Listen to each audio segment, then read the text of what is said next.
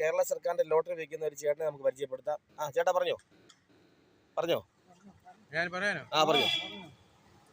കേരള സർക്കാരിന്റെ ഒരു 100 lottery ticket വിൽക്കുന്ന ഒരു വ്യക്തിയാണ് ഞാൻ. 5 പൈസയുടെ അടി പോലും ഇല്ല.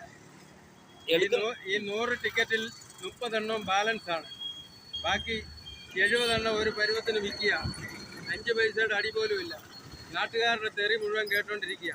അതിന് എത്രയും വേഗം നിങ്ങൾ ഇതിനൊരു പരിഹാരം ഉണ്ടാക്കുക, അല്ലെങ്കിൽ ഈ ലോട്ടറി നിർത്തുക.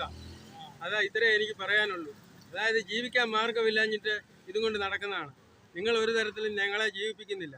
അതുകൊണ്ട് നിങ്ങൾ ഒന്നുകിൽ ഇത് നിർത്തുക, അല്ലെങ്കിൽ ജനങ്ങൾക്ക് നല്ല പ്രൈസ് കൊടുക്കുക.